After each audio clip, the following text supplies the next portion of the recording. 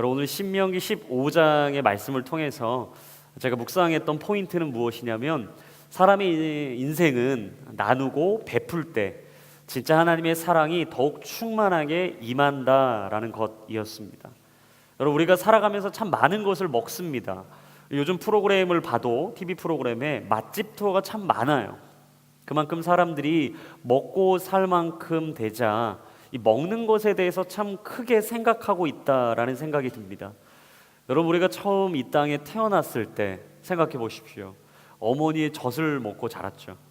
어머니의 젖을 먹다가 조금 시간이 지나면 아이들에게 이유식을 해줍니다. 이제 치아가 조금씩 자라면서 이제 이유식을 이렇게 우물우물 하면서 먹을 수가 있는 거죠.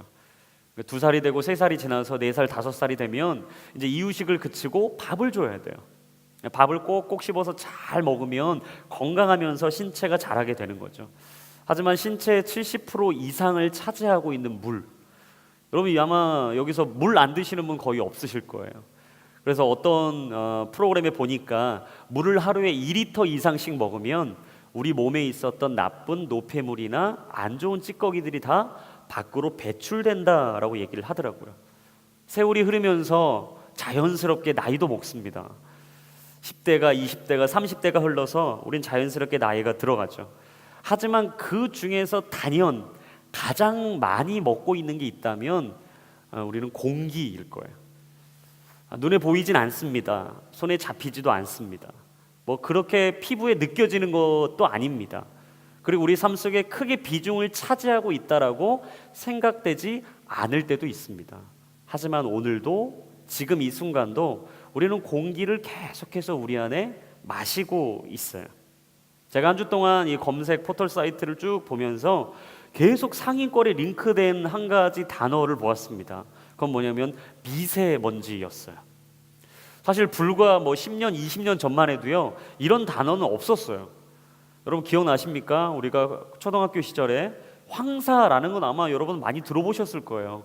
그래서 봄철이 되면 저 중국에서 우리 쪽으로 이 황사 흙먼지가 쭉 날라오면 사실 한 주, 2주만 지나면 황사가 지나갔습니다. 그래서 황사는 사실 대수롭지 않은 문제였어요. 그런데 요즘은 한 주, 2주의 문제가 아니라 한 달, 2달, 아니 어느 순간부터인가 우리의 삶에 깊숙이 들어온 게 바로 미세먼지라는 거예요. 이 미세먼지에 대해서 쭉 보니까 단계가 있더라고요. 이 단계, 처음은 좋은 단계, 공기가 좋다.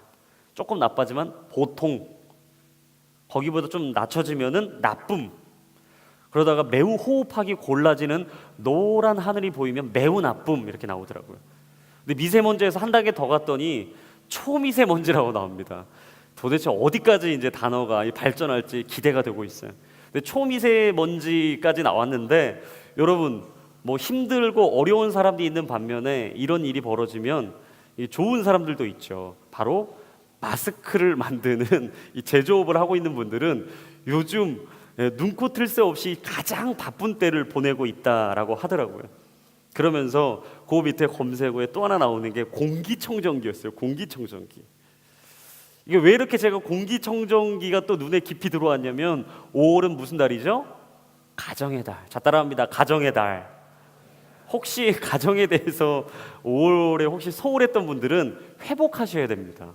그래서 어머니 아버지하고 관계가 안 좋은 분들은요, 어버이날이 곧 오고 있어요. 가장 좋은 건 뭐니 해도 머니가 좋지만 그래도 마음을 담아서 선물도 좀 해보셨으면 좋겠습니다. 손편지도 좀 써봤으면 좋겠고요.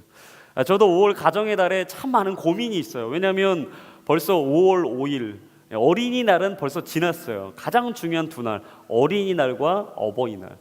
제 아들이 5살이기 때문에 어린이날은 우리 집의 큰 행사 중에 하나입니다. 그러니까 우리 아들이 하루는 이게 그 전날에 딱 와오더니 저한테 아빠 그러더니 자기가 배운 노래가 있다라는 거예요. 어린이날 노래를 배웠는데 이 노래를 한번 들어보라는 거예요. 그래서 너무 기특하잖아요. 그래서 기특한 마음으로 그래, 서구 한번 노래 불러봐라. 그랬더니 우리 아들이 이렇게 부르는 거예요. 오늘은 어린이날 홍서구 세상. 그 어린이 세상인데 그걸 자기 이름을 쏙 넣어가지고 자기 세상이라는 거야. 그래서 5월 5일 딱 됐더니 그러는 거예요. 아빠, 오늘은 내 날이니까 내 말을 다 들어야 돼요. 그래, 좋다. 서구야, 네 마음대로 해라. 오늘은 네가 원하는 걸 다 해주겠다. 진짜예요? 진짜지. 바다가 보고 싶다는 거예요. 그래서 그 막히는 그 연휴날 서해안을 뚫고 가가지고 해수욕장을 갔어요. 가서 바다에 가서 막 이게 사진도 찍어주고 뭐 돌도 던지자고 해가지고 막 이거 막 돌도 던져보고. 근데 갑자기 또 우리 아내가 옆에서 하는 말이 한옥마을이 보고 싶대요. 전주에 한옥마을 있잖아요. 상당히 멀어요. 내비게이션을 쳐봤더니 2시간 반이 걸리는 거예요. 거기서 또 가야 돼요. 왜냐하면 가면 이제 서울로 올라면 이제 상상이 되잖아요. 얼마나 어마어마한 거리를 또 이렇게 다녀야 되는지. 하지만 어린이날은 좋은 날이니까 갔어요. 우리 아들이 너무 행복하고 즐거운 하루로 5월 5일을 마무리했어요. 근데 우리 가정에 또 하나의 숙제가 있습니다. 그건 어버이날입니다. 어버이날은 참 어려워요. 왜냐하면 아이들이 순수해서 뭘 줬으면 좋겠어? 그러면 선물을 딱 얘기합니다. 그 선물만 주면 해결이 돼요. 모든 걸 얻은 것처럼 다 해결이 돼요. 그래서 우리 아들은 뽀로로 주유 그 장난감을 사달라고 그랬어요. 그래서 제가 뽀로로 주유 장난감을 딱 써뒀더니 아들이 너무 행복해가지고 집 자는 옆에 침대 옆에다가 그걸 세팅을 딱 하는 거예요. 이쁘게. 그래서 제가 그걸 사진 찍어서 페북에 올려놨는데 참 좋아요. 근데 어버이날은 참 어려워요. 부모님들에게 뭘 받고 싶으시냐고 물으면 그냥 니들이 알아서 해라. 네가 보기 뭐 편한 거 해라. 네 주머니 사정에 알맞게 해라. 막 자꾸 어려운 질문을 하세요. 근데 그걸 드리면 이건 필요한 게 아닌데 또 이걸 사왔구나 이러면서 상당히 불편해하다가 공기청정기를 딱 보는 순간 요즘 미세먼지 어려우니까 제가 양가 집에 혹시 공기청정기를 한번 해드려 볼까 라고 생각을 하면서 공기청정기를 딱 눌러봤어요. 근데 이 공기청정기의 제품의 가격대가 제가 상상했던 것 이상인 거예요. 저는 솔직히 말하면 한 10만 원? 뭐 조금 넘으면 좀 더? 여러분들 웃으시는 거 보니까 가격대를 아시는군요. 웬만큼 좋은 브랜드를 딱 클릭해봤더니 뭐 상상 이상이에요. 몇십만 원 훌쩍 넘어버리더라고요. 제가 그 제품을 딱 보는 순간 마음이 턱한 거예요. 서구 뽀로로 주유 장난감은 제가 충분히 클릭해서 사주기도 충분한 제품인데 제 마우스 이 클릭이 잘 안 되는 거예요. 그 상품에 이 클릭이 잘 안 되더라고요. 그걸 보면서 얼마나 연약한 나인지, 얼마나 부족한 나인지를 발견하게 됐습니다. 여러분, 오늘 본문은 매 7년마다 오게 되는 희년의 때를 말씀해 주시는 장면입니다. 7년마다 하나님이 빚을 탕감해 주고 공동체의 소외계층과 빈곤계층을 하나님께서 어떻게 돌보고 계신지를 알려주는 장면이죠. 그래서 오늘 본문의 4절에 보시면 너희 가운데 가난한 사람들이 없어야 하는데 라고 말씀하시면서 11절로 넘어가 보면 이렇게 말씀하세요. 땅에는 항상 가난한 사람들이 있을 것이다 라고 말씀하고 계십니다. 여러분, 무슨 말이죠? 가난한 사람들이 힘들어하고 어려워하는 사람들, 이런 사람들이 없었으면 참 좋겠지만, 하지만 항상 가난한 사람들은 우리 주변에 있을 것이다 라고 말씀해주고 계신 거예요. 이렇듯이 우리가 살아가는 이 땅에는 이상과 현실이 항상 대립하고 공존합니다. 가난한 나라님도 구제할 수 없다라는 옛말처럼 많은 정책을 펴고 복지를 해도 삶의 질의 개선 속에 주변을 아무리 살펴보면 가난으로 힘들어하는 사람들이 이전보다 더 줄지는 않는다라는 말이에요. 그런데 그러다 보면 우리 마음에 한 가지 은연중 드는 생각이 있습니다. 무슨 생각인가? 과연 나 혼자 나누고 베풀고 돕는 삶을 산다고 해서 세상이 나아질까? 빛과 소금의 역할을 감당하라고 말씀하신 하나님의 말씀을 지켜서 나 혼자 아무리 그 역할을 감당한다고 해서 세상이 얼마나 밝아질까? 괜히 헛수고하는 거 아닌가?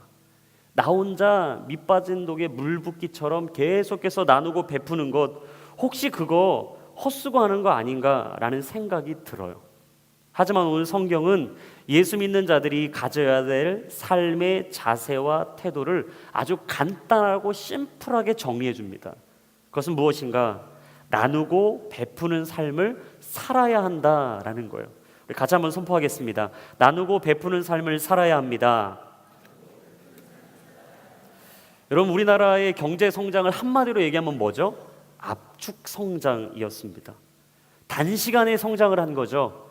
빠른 시일 내에 그 어려움을 극복한 거죠. 빠른 시간 안에 경제적 흥망성쇠를 경험하다 보니까 이 물질에 목숨을 거는 사람들이 참 많아졌다라고 얘기합니다. 어른들께서 종종 이런 말씀하십니다.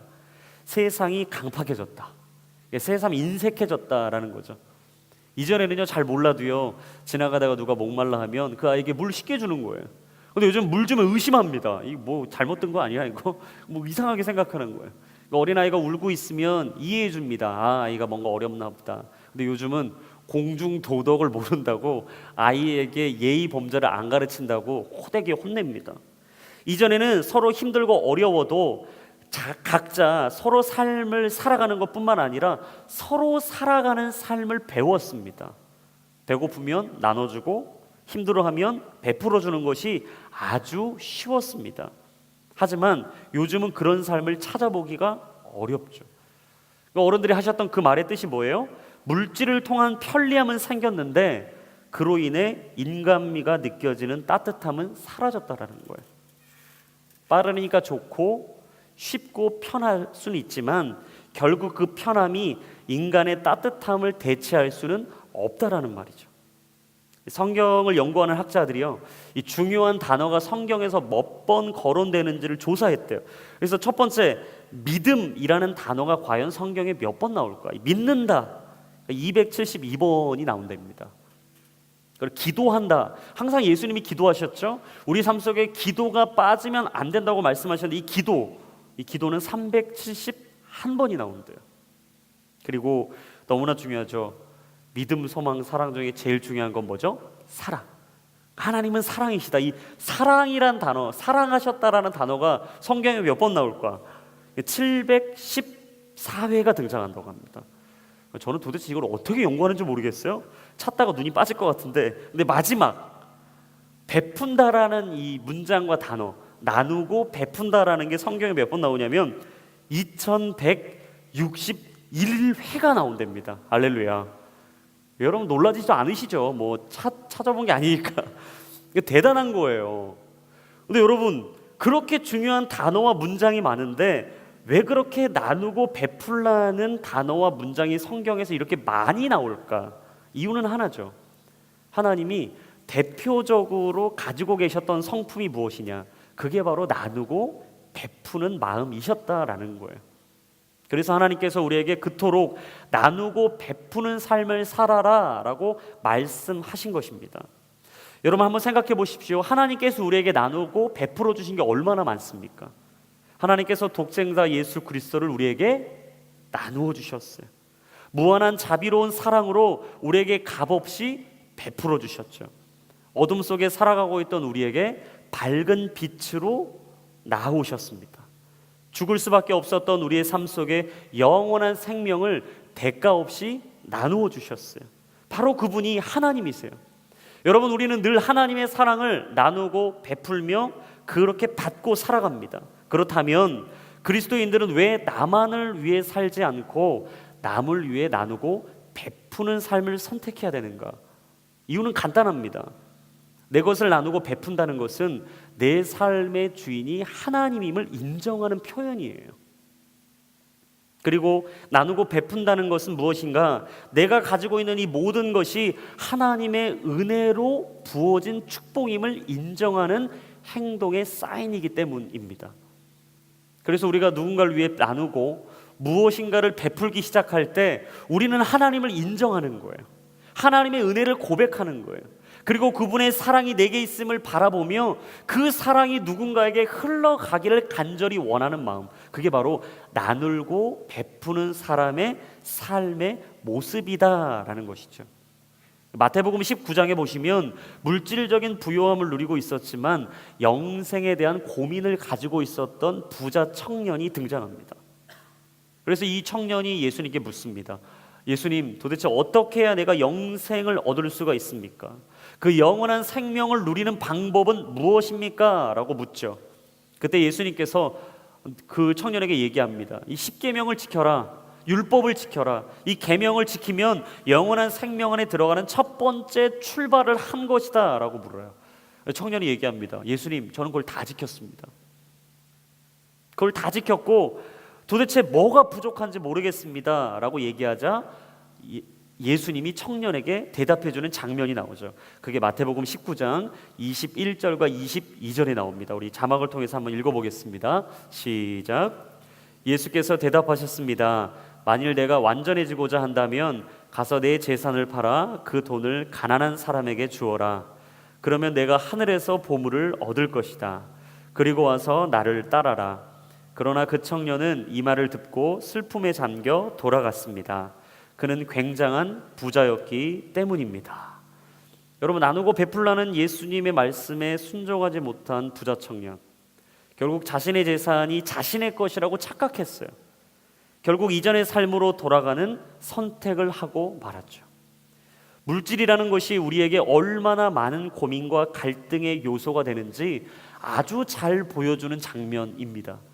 여러분, 물질이라는 것은요, 돈이라는 것은요, 부라는 것은요, 우리 삶에 참 많은 고민을 가져옵니다.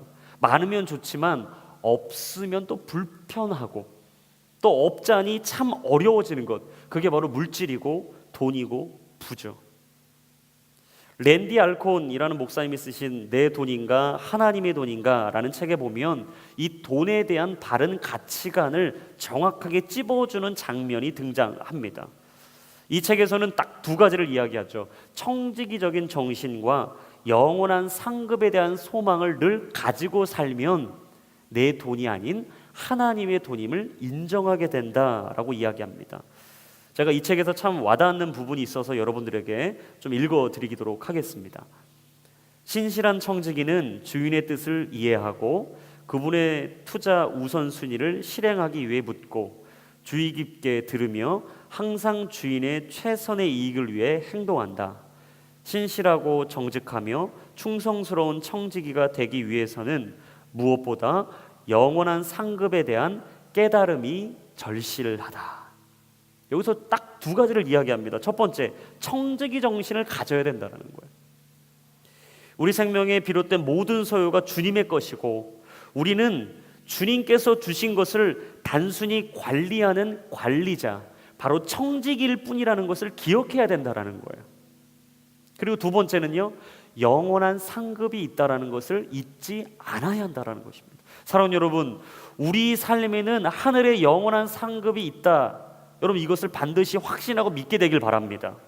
이 영원한 상급이 무엇입니까? 이 땅의 소유가 아니라 하늘에 쌓아지는 보화라는 거예요. 이 땅에서 삶을 토대로 천국에서 상급이 주어진다라는 것. 이 땅에서의 나눔과 베풀음은 이 땅에서의 나눔과 베풀음으로 끝내는 것이 아니라 영원한 하나님의 나라의 상급으로 쌓인다는 것을 잊지 않아야 한다는 거예요. 그래서 저자는 우리에게 이렇게 얘기해요. 영원한 관점을 가지고 살아야 된다. 할렐루야. 여러분, 우리의 삶이 가장 중요한 건 무엇이냐? 영원한 관점이에요. 같이 한번 따라합시다. 영원한 관점을 가집시다. 이 영원한 관점을 갖기 위해서 여러분, 우리가 날마다 발버둥 치는데요, 우리가 당연히 우리 삶 속에 찾아오는 고민이 있어요. 그게 뭐냐? 과연 이 영원한 관점을 산다고 해서 이 물질의 고민이 해결될 것이냐라는 문제예요. 그러면서 저자가요, 영원한 관점으로 살아가기 위해서 두 가지 방법을 또 이야기합니다. 첫 번째는 드림이 있어야 된다는 거예요. 드림. 하나님께 드림. 끝없이 이 영원한 관점을 놓치지 않게 해서는요, 하나님께 드리는 연습이 반복돼야 된다는 거예요. 그리고 두 번째는 사람에게 향한 나눔이 있어야 된다라고 이야기하더라고요. 여러분, 하나님께 소중한 물질의 일부분을 떼어드린다는 것, 그리고 가난한 이웃들, 어려운 이웃들에게 우리의 삶의 일부분을 나눈다는 것, 이거 아주 중요한 부분이다라는 것이죠. 그리고 여러분, 감사헌금을 왜 합니까? 하나님이 우리에게 주신 것에 감사함을 표하는 거예요. 하나님께 드림이 되는 것이죠. 여러분, 11조를 왜 합니까? 10의 하나가 반드시 하나님의 것임을 우리가 믿음으로 고백하는 거예요. 그리고 재정적으로, 관계적으로 어려워하고 힘들어하는 지체들이 있다면 그 물질을 흘려보내고 나누는 그 결단, 왜 합니까? 영원한 관점에서 우리의 삶이 살아가고 있음을 오늘도 잊지 않기 위해서 하는 것이다 라는 것이죠. 저는 여러분 도전합니다. 혹시 하나님께 드려야 될 것들이 있다면 오늘 결단하십시오. 옆에 힘들어서 어려워서 지쳐있고 무너져 있는 사람들이 있습니까? 여러분 그 사람들을 위해 인색함 없이 나눌 수 있게 되길 바랍니다. 왜냐하면 영원한 관점을 가지고 살아간다는 것은 무슨 말이냐? 내 돈이 아니라, 내 소유가 아니라 하나님의 돈이요 하나님의 소유임을 인정하는 것이기 때문이라는 거예요. 그래서 욥기 1장 21절에 보면 욥이 이런 고백을 합니다. 내가 모태에서 알몸으로 나왔사온즉 또한 알몸이 그리로 돌아가올지라. 주신 이도 여호와시오 거두신 이도 여호와시오니 여호와의 이름이 찬송을 받으실지니이다. 아멘. 여러분 저는 이 고백이 우리의 고백이 될 수 있게 되길 바랍니다. 주신 분도 여호와시오 거두실 분도 여호와시니 여호와의 이름이 찬송을 받으실 것이다. 할렐루야. 여러분 이 믿음의 고백, 이 믿음의 결단이 참 중요하다라는 거예요. 여러분 그렇다면 이 본문을 통해서 우리가 드림과 나눔을 어떻게 실천해 갈 수가 있을까? 저는 오늘 본문을 통해서 딱 두 가지를 발견하게 됐습니다. 먼저는 7절부터 9절입니다. 우리 본문의 7절부터 9절까지 말씀 같이 한번 다시 읽어보도록 하겠습니다. 시작.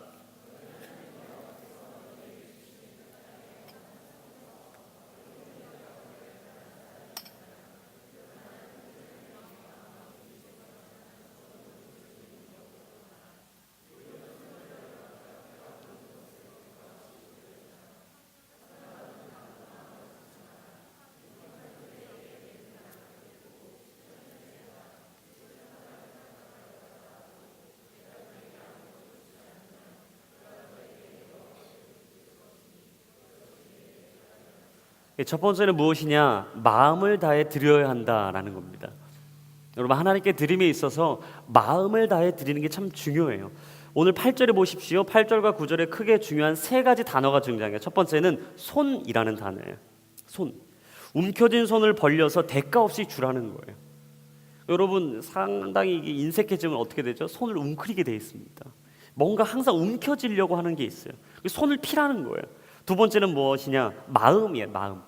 나쁜 마음을 갖지 말라는 마음이죠. 그러니까 의지를 다해서 드리라는 거예요. 마음을 나누라라고 말씀하고 계시죠. 세 번째 단어는 눈입니다. 눈. 나쁜 마음의 자세와 잘못된 관점으로 바라보지 말라는 거예요. 이게 나쁜 마음으로 보면 어떻게 보게 돼요? 이게 삐딱하게 보게 됩니다. 삐딱한 거. 이렇게 보지 말고 바른 관점으로, 옳은 관점으로 사랑의 마음으로 그 자리를 보라는 거예요. 그래서 마태복음 6장 21절에 보면 보물과 마음에 대해서 아주 잘 비교해주는 말씀이 등장하죠. 우리 마태복음 6장 21절의 말씀 같이 한번 읽겠습니다. 시작. 내 보물이 있는 곳에 내 마음도 있는 법이다. 그래요. 여러분 보물 무엇입니까? 재물이에요. 재물. 물질, 돈. 이 보물이 있는 곳에 우리의 마음이 있다고 말씀하십니다. 여러분 마음을 다해 드린다는 것 이게 뭡니까? 내가 정말 아끼고 있는 걸 드린다라는 거예요. 내가 정말 소중하게 여기는 걸 드린다라는 거예요. 보물, 재물, 물질, 돈 그걸 하나님께 드린다는 고백. 왜입니까? 보물이 있는 곳에 마음이 있기 때문이다라고 말씀하셨어요. 여러분 실제로 우리가요 이 돈이 투자되면 마음이 쓰이는 것을 삶에서 쉽게 찾아볼 수가 있어요. 로또 복권 사신 분들 여러분 기억하시죠? 일주일에 몇 요일을 기다립니까? 토요일만 기다려요. 토요일만. 왜냐하면 복권을 샀거든요. 돈이 투자됐거든요. 이게 토요일 저녁이 기다려지는 거예요. 과연 내게 몇 번이 당첨이 돼서 혹시라도 내가 좋은 곳을 타진 않을까. 주식을 사시는 분들 주식에 투자해 놓으면 증시를 항상 체크합니다. 그래서 핸드폰을 보시면 증시에 오르락 내리락 하는 걸 항상 체크하세요. 온통 관심이 거기에 쏠려 있습니다. 땅에 투자하신 분들 이 땅에 돈을 투자해 놓으면요 괜히 그 전에 갖지도 않았던 지역 발전에 관심을 갖기 시작하는 거예요. 막 지역 변화에 관심을 가져요. 막 빌딩이 쓰고 땅이 발전하고 이런 부분에 막 관심을 쏟기 시작하는 거예요. 자동차 새로 사시는 분들 보셨어요? 신차가 언제 출시되는지 늘 체크만 합니다. 옵션을 체크하고 어떤 걸 체크해서 사면 어떤 차가 좋을까. 노트북 사시는 분들은 가성비를 비교하는 거죠. 어떤 노트북 몇 기가를 올려서 어떻게 사면 좀 싸게 좋은 제품을 살 수 있겠다. 핸드폰이 필요한 분들, 이 교체 시기가 되신 분들 어떻습니까?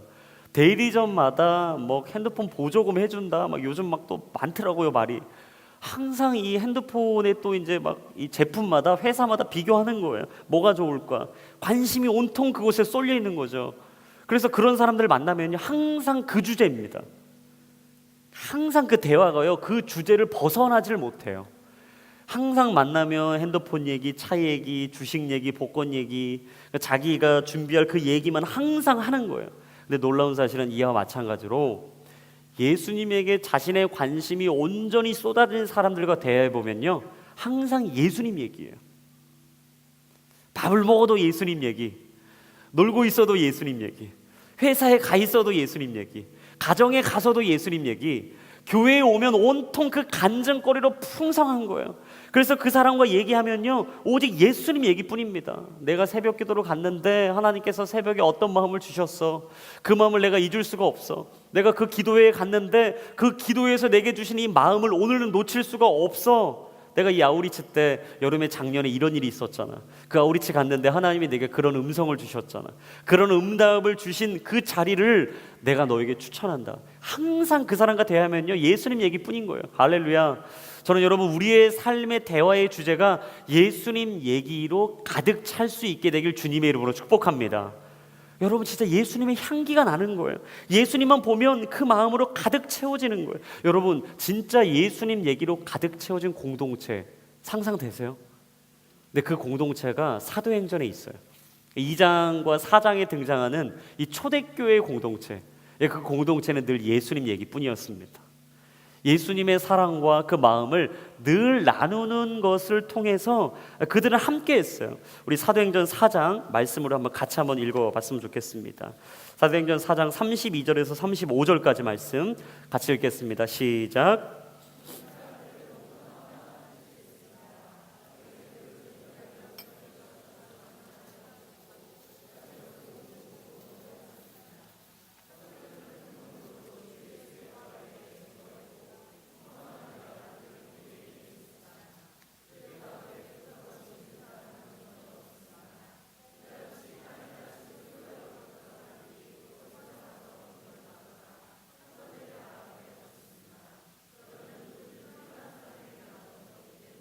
여기서 아주 중요한 게 등장하죠. 초대교회 사람들은 어땠다고요? 한 마음 한 뜻으로 살아갔다. 한 마음 한 뜻. 서로 다른 배경 속에서 살아왔고 어렵고 힘든 일이 왜 없었겠습니까? 이해되지 않는 사람들이 왜 없었겠습니까? 부족하고 연약한 사람들이 왜 없었겠습니까? 부유한 사람들이 왜 없었겠습니까? 하지만 빈부격차를 넘어서 많은 것을 배우고 못 배움을 넘어서 그 사람들은 서로를 인정하고 이해하고 남을 나보다 낮게 여기는 마음을 가지고 깊이 사랑하는 공동체를 이루었다라는 거예요. 그렇게 예수님의 사랑으로 하나 된 공동체 안에는 첫 번째 있었던 게 있어요. 그건 뭐냐면 자기 주장이 없었다라는 거예요. 자기 주장이 없었다. 32절에 보십시오. 사도행전 4장 32절에 이렇게 나와요. 자기 재물을 조금이라도 자기의 것이라고 주장하는 사람들이 없었다. 무슨 말입니까? 내 실력으로 내가 대단한 능력으로 그걸 얻었다는 게 아니에요.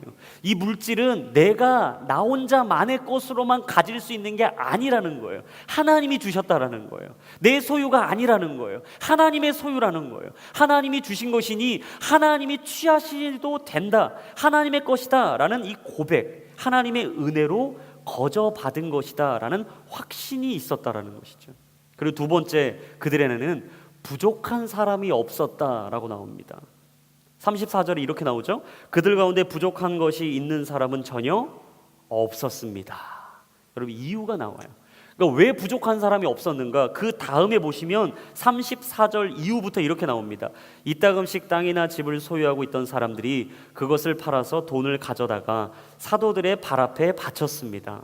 그러면 누구든 필요한 사람에게 나눠주었기 때문입니다. 그러니까 가진 사람들이 어떻게 했는가? 자기의 것이 아니라고 스스로 포기하고 그 교회에 가지고 왔다라는 거예요. 놀라운 사실은 가지고 온 그것을 가지고 교회에서는 건강하게 체크하고 확인하고 어렵고 힘든 이웃들에게 나누고 베풀었다라는 것이죠. 사랑하는 여러분 기억하십시오. 나누고 베푸는 곳에는 부족함이 없습니다. 하나님의 사랑이 있는 그 자리에는 부족함이 없습니다. 하나님의 은혜가 고백되는 자리에는 자기 주장이 없습니다. 하나님의 은혜가 선포되는 자리에는요, 한 마음과 한 뜻이 있습니다. 할렐루야. 저는 우리 제이포요 공동체가 그런 공동체 됐으면 좋겠어요. 한 마음 한 뜻이 되어서 하나님이 보여주신 사역이라면 물붓듯 하나님의 은혜를 부어내고, 하나님의 마음이 감동하는 자리라면 너도 나도 가리지 않고 함께 손잡게 나아가고, 그리고 하나님께서 보이신 은혜의 때를 바라본다면 우리는 주저함 없이 그 자리로 달려갈 수 있는 마음의 결단, 바로 그것이 바로 하나님이 부르신 믿음의 공동체의 모습이다라는 것이에요. 사랑하는 여러분, 혹시 주변에 여러분의 도움을 필요하는 사람이 있습니까? 주저하지 마십시오. 여러분의 손을 펴십시오. 재정적인 어려움으로 하나님의 일이 진행되지 않고 있는 게 보입니까? 여러분의 은혜를 나누십시오. 비전과 꿈을 향해 달려가고 있는 그에게 상황과 환경이 막혀서 어려워하고 힘들어하는 지체가 보이십니까? 마음껏 여러분의 마음을 나누십시오. 그리하면 하나님께서 여러분의 삶을 축복의 통로로, 생명의 통로로, 사랑의 통로로 사용해 주실 줄로 믿습니다. 하나님께 드림과 나눔에 있어서 필요한 두 번째 자세와 태도는 10절과 11절에 나옵니다. 우리 본문의 10절과 11절의 말씀 같이 한번 읽겠습니다. 시작.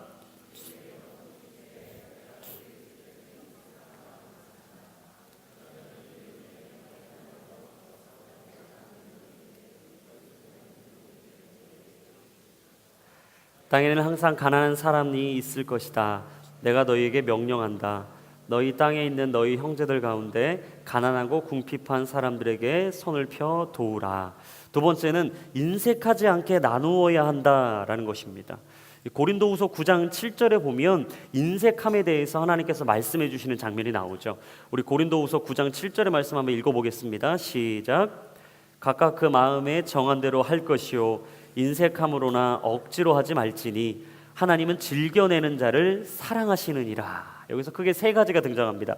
마음에 정한 대로 해라. 무슨 말인가? 충동적으로 하지 말라는 겁니다. 기도로 준비하라는 겁니다. 너무 무리해서 헌금하거나 너무 무리해서 드렸다가 막 마음이 힘들고 어려워하지 말라는 거예요. 두 번째는 억지로 하지 말아라. 마지못해서 하지 마라. 죄책감으로 하지 말아라. 너무 열정에만 치우쳐서 감정적으로 하지 말아라 라고 말씀하시는 거예요. 그리고 세 번째, 즐겨내는 자를 기뻐하신다. 무슨 말인가? 기쁨으로 내라는 거예요. 기쁨으로. 압박감으로 하지 말고 자발적으로 그 헌금을 드릴 때 하나님이 그 삶을 기뻐 받으신다라고 말씀하고 있는 것이죠. 사랑하는 여러분, 진짜 우리 삶에 필요한 드림과 나눔, 이 드림과 나눔에 있어서 정말 우리 인생에 무엇이 필요한가? 저는 하나님의 은혜가 필요하다고 생각합니다. 하나님이 우리의 인생을 진짜 은혜로 채워주셔야만 내 삶의 드림과 나눔에 건강한 영적인 균형이 생긴다라는 거예요. 여러분, 우리가 어떻게 나누고 베풀 수 있는 삶을 살 수 있겠습니까? 그것은 하나님께 드리는 연습이 되어 있어야 돼요. 이 하나님께 드리는 연습이 되어 있을 때 우리는 내 주변에 있는 연약하고 어렵고 힘든 이웃들에게 기꺼이 손을 펴 나눌 수가 있는 것이죠. 제가 이걸 묵상하다가 드림과 나눔의 영적인 균형이 잘 잡힌 한 분이 떠올랐습니다. 그분은 서서평 선교사님이에요. 우리 교회에서 요즘 영화를 보고 있고 같이 많은 영화관에서도 상영 중인 이 서서평 선교사님의 이야기를 저희가 4월 27일 대학청년부가 전체 같이 한번 영화를 본 적이 있어요. 근데 제가 이 영화를 보기 전까지는 사실 이분에 대한 삶을 깊이는 몰랐습니다. 이 영화를 보고 참 큰 감동이 있었어요. 이 서서평 선교사님의 본래 이름은 셰핑이라는 이름이더라고요. 독일 출신이었고 독일에서 참 어렵게 자랐더라고요. 아버지는 누군지도 모르고 어머니는 몸종이었습니다. 그렇게 이 어머니는 자신의 삶을 원망하다가 새로운 삶의 역전을 꿈꾸면서 미국으로 떠나죠. 그렇게 이 서서평 선교사님은 외할머니와 함께 어렵고 힘든 외로운 유년 시절을 보내기 시작합니다. 그 시절은 너무나 고독했습니다. 상처로 가득했습니다. 상실감으로 하루하루를 지냈습니다. 이렇게 지내던 어느 날 우여곡절 끝에 이 서서평 선교사님도 어머니를 찾기 위해서 미국으로 가게 됐죠. 그리고 그곳에서 하나님이 주신 은혜를 통하여 간호학을 전공합니다. 얼마나 어렵습니까? 힘듭니까? 하지만 땀 흘려서 그 학문을 하기 시작하는 거예요. 그런데 어느 날 한 선교사님의 요청으로 하나님을 모르고 있었던 이 서서평 선교사님이 하나님을 영접해요. 그리고 이 하나님을 영접한 상황에서 너무 감동이 돼서 하나님이 내게 원하시는 뜻이 무엇인지를 알고 싶다라는 열망이 계속 일어납니다. 살다 보면 성취에 매달리다 본질을 잊기가 참 쉬운데 이분은 그 바쁜 와중에도 영적인 본질을 잃지 않기 위해서 발버둥 쳤던 것이죠. 그런 그녀의 마음에 하나님께서 찾아오십니다. 하루는 많은 선교사님들과 식사를 하는 자리에서 조선이라는 땅의 이야기를 듣죠. 그 조선에 못 배우고 헐벗고 굶주리고 의료와 이 학문이 무너진 그 조선을 소개하고 그 조선에 대한 이야기를 들은 서서평 선교사님은 하나님의 음성임을 확신합니다. 그리고 자신이 가졌던 모든 것을 내려놓고 배를 타고 머나먼 타국 땅으로 오게 되죠. 알아주는 사람도 없습니다. 인정해주는 사람도 없습니다. 하지만 그녀는 호렬단신 작은 몸으로 자신의 삶을 나누기 시작합니다. 가진 것을 베풀기 시작합니다. 통장의 잔고는 항상 바닥이었습니다. 하지만 마음만은 기뻤습니다. 하나님께 쓰임받을 수 있는 이 자리에 감사했습니다. 그리고 부족하고 연약하지만 내 삶을 받으시고 나를 귀하게 사용하시는 하나님께 오늘도 감사했습니다. 주님과 함께하는 매일매일의 삶은 그녀의 심장을 뛰게 했습니다. 서서평 선교사님의 사역이 확장되고 이 조선의 복음이 뿌리 내리는 것을 들은 선교단체는 곧 서서평 선교사님을 돕는 많은 선교사님들을 보내죠. 근데 하루는 그 도우러 온 선교사님이 서서평 선교사님이 이렇게 물었어요. 너무 힘들게 살고 있으니까, 너무 누추하게 살고 있으니까 이렇게 질문을 던진 거예요. 아니 선교사님, 왜 도대체 모든 월급을 애들에게 그렇게 다 쏟아붓고 계신 겁니까? 라고 이렇게 질문을 던지자 이 선교사님이 이렇게 대답을 합니다. 저는 내일 일을 걱정하지 않습니다. 왜냐하면 하나님께서 책임지실 것이기 때문입니다. 어렵고 힘든 사람들의 마음을 이해해주고 그 사람들을 섬기는 것이야말로 복음의 본질이라고 이야기했던 서서평 선교사. 자신의 어린 시절 고독하고 외롭고 버림받은 상처와 아픔은 그 어려운 사람들을 이해하라고 주신 하나님의 준비하심이었다고 이야기했던 서서평 선교사. 주신 하나님께 감사하고 주신 것을 기꺼이 나누고 베푸는 것에 만족한다고 말했던 선교사. 스스로가 비침을 깨닫는 것이 가장 중요한 것이기에 나는 이 땅에 한 줄기 빛으로 왔다고 말했던 선교사. 정성을 들인 것은 헛된 것이 없는 법이라며 한 영혼 한 영혼을 만날 때마다 정성을 다해 만났던 선교사. 헌신은 헌신을 낳고 뿌리고 심은 대로 반드시 하나님은 이 땅에 거두실 것이라고 말했던 선교사. 주님을 믿으면 어떤 고난도 이겨낼 힘이 내 안에 생긴다라고 말했던 선교사. 죽음 앞에서도 천천히 평온하게 당당하게 주변의 사람들에게 천국에서 다시 만나자라고 말했던 선교사. 마지막 죽음의 끝에 유언 한 가지를 남기며 성공이 아니라 섬김이라고 얘기했던 서서평 선교사. 그녀의 삶은 천천히 평온하게 작은 것이지만 하나님께 드리는 삶이었고, 세상 기준에는 성공이 아니었을지는 모르지만 성공이 아니라 섬김이었다라는 것을 정확히 알고 살았던 사람이었습니다. 너희가 거저 받았으니 거저 주라 말씀하시고 주는 것이 받는 것보다 복이 되다 말씀하셨던 주님의 말씀. 여러분, 진짜 우리의 삶은 나누고 베풀 때 다시 한번 살게 되는 것이며, 작은 것이지만 하나님께로 드리기로 결단할 때 우리는 누군가에게 나눌 수 있는 축복을 얻는 사람임을 기억하게 될 것입니다. 우리의 삶에 혹시 얻은 것이 있습니까? 받은 것이 있습니까? 내가 지금 가지고 살아가고 있는 것이 있습니까? 그렇다면 오늘 움켜진 손을 펴십시오. 여러분의 삶의 자리에서 잠시 그 자리를 떠나 여러분의 도움을 필요로 하고 있는 그곳으로 떠나십시오. 그리고 하나님께서 여러분의 마음에 감동을 주고 있는 그것이 있다면 오늘 기꺼이 그 일을 행하고 이룰 수 있는 저와 여러분들의 인생이 될 수 있기를 주님의 이름으로 축복합니다.